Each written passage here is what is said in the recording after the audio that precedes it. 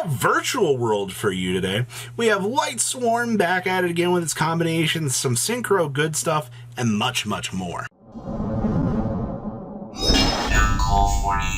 Sure, you guys smash the living crap out of that subscribe button so you guys don't miss out on more awesome content. You know, it's just a fun day in the office out here when you see, of course, Beatrice Turbo out here doing its job. You know, the Masterful Mayakashi story built into my Virtual World pile is still going to be a very beautiful thing. Now, I do see that we are playing one copy of Tutu in here. Tutu being that extra little level 6 that you can extend on with out here and continue on with your day just so that you know, hey, where is she? There's the good card. Absolutely. Now this build gets into some of the more interesting little things out here. So we are playing a copy of Utopia Beyond in here. This is to help, you know, you push for those little OTK scenarios where your opponent just can't have an answer to anything. This side deck is also very interesting. Like the one of hand traps between this, and of course this. You do have the extra nib in here as well. You would think looking at this would be designed for, you know, crossout designator to be in play here, but we don't actually have crossout in this list, which is very interesting to me. I see we are doing the full armored Xyz package. That's something that this deck has been needing to try out for a little while. I think the armored Xyz package, you know, being able to toggle on into this actually helps out this deck. You also might think your monster lineup feels a little bit low, but personally, I don't think so. I also see, yes, we're doing some Gen and Ken shenanigans here as well. So basically, if you need to, you know, hand sculpt your hand to at least get something down, or, you know, maybe hit one of the brickaroos along the way, this can help you, you know, sculpt things up. You do have the one-tack talents in here for it as well. It's not bad, actually. This is one of the more interesting builds that I've seen actually come into play, and I think it does kind of show some of the creativity that you have left floating around out here for a deck like this. Outside of that, hey, it's Virtual World. Take your W's where you can get them. Oh boy, the Light Sworn Runic pile. The current deck that a lot of people have been looking at right now and going, hey, you know, we could do things with this. The thing that scares me most about this pile is, holy actual crap, you can turbo yourself out of a hole. Like, genuinely, if you need to go fast, this is the deck for you. Now, because you do have so many floaters and things in this deck, the fact that you can actually make Utopic Draco Future as an actual monster in this deck to be able to use is actually kind of cool to me. I do definitely like the idea of having this boss monster, you know, be here to help you. Now, because we are playing so much Lightsworn, and, you know, we're going to just banish everything that we possibly can. The Spiritual Swords of Revealing Light is that little free mill that's just going to stop your opponent from getting the chance to attack you directly. Actually, the fact that this card does exist as a mill target for this deck is kind of unfair, in my opinion. Actually, it's kind of bullshit. Who doesn't love the fact that you could just go turbo, turbo, turbo, and you're just having a good old day out here on the Sonic Par, and you just, you know, mill this, and you're just like, oh, sorry, you know, I got 2 of these down, like, not a problem. This deck moves so fast. You're just going to be milling so many resources. Your runic cards are just going to turn into massive, massive draw options. And don't be surprised if you do hit some of these bricks into your hand, because you're just going to be trawling so much. It amazes me that this deck actually works, but you know what? Free Judgment Dragon to blow up your stuff if you need to. And of course, you do have the soul recharges. I don't know, you can probably get through 20-30 cards in one turn, I feel like, pretty easily with this deck. Hey, look, full runic combo. Delicious. Discard the wolf. Same thing, full runic combo. Okay. We have a Synchro Turbo pile for you today. Now, the first thing I want to tell you is, ever since we saw Baron get cratered into a hole out here, I've been asking the question, how does Synchro actually win right now? You know, your huge boards just kind of got kaplowed. Well, don't worry. It always comes back to King Calamity. you know, you think you figured something out, and you're like, okay, you know, things will be okay. You know, it can't be all that crazy. I mean, you still roll out the huge synchro plays. You make this with your, you know, big monster that you need next to it, and then mission accomplished. You know, you're able to toggle through the synchro lines, and that's just kind of all they wrote.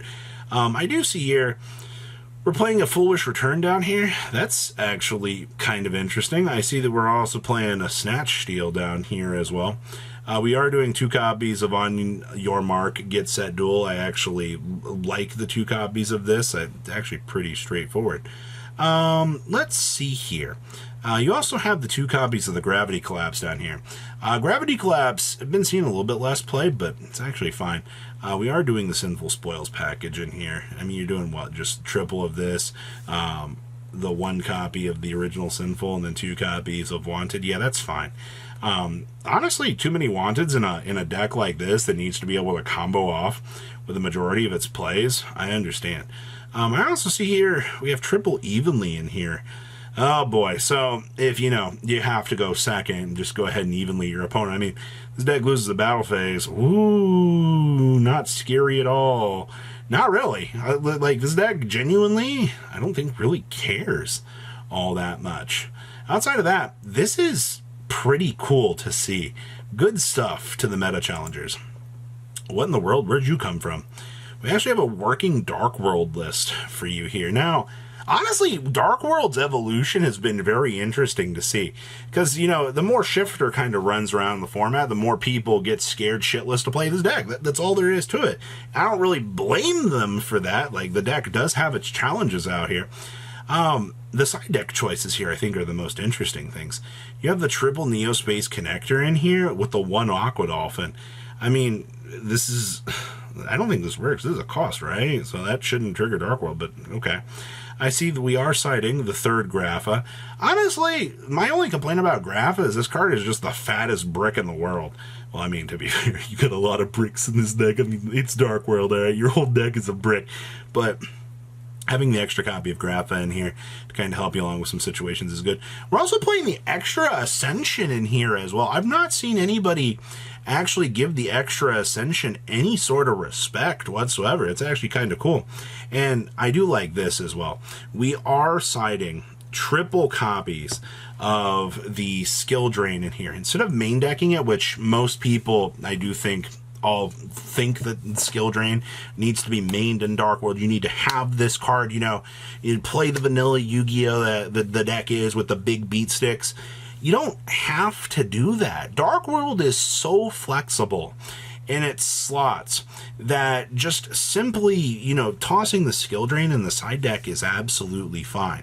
This is kind of an oh shit button. If something goes sideways, we're able to kind of clutch onto this and use this as, you know, the chance to kind of recover.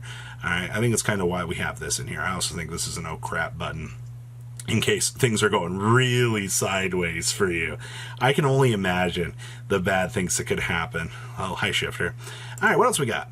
Ooh, we have some Orchest for you. This is another one of those decks you don't really see a lot of anymore. You know, Harp Horror moved to 3. People celebrated. They're so happy, but unfortunately, Orchest just is not where it once was. I will give this card a shout out, though. It is really cool to see good old Borolo Dragon actually showing up in the Link 4 pile out here, actually being relevant. You do have, of course, the Armageddon, the twins of dumping. Very interesting, though. We're only opting to have the 1 Armageddon Knight in here. And, of course, this deck is taking full advantage of all of the Harp Horrors that you want. And, I mean, yeah, why not, right? We've reached the point you can just go ahead and toss this thing on in full steam ahead. And if you do open on the multiple bricks, well, you know, a real shame. It actually happens. Still focusing on the 1 Crescendo. I'm actually playing the triple return, which is not a terrible idea. I do think that, you know, having the turbo draw power in this deck is definitely what you want to be seeing here. Outside of that, you do have the Boral Sword, the Boral Load. This really doesn't change all that much. It is also interesting to see that they did manage to incorporate some Solemn Strikes in here as well for defensive options, also citing the additional one. Huh. not too bad. You definitely, your card choices are of some of the most interesting I have seen so far, and that's not a bad thing. Having options available to you, especially in the terms of board breaking, you have to rely on things like this, or, you know, your rogue deck's going to fall apart. So, those are probably some of the more interesting things that I've had the chance to actually see as of late. So what do you guys think? Please leave a comment down below. Tell me what you guys think. And you guys stay safe out there, all right? Peace out. Patrons, thank you.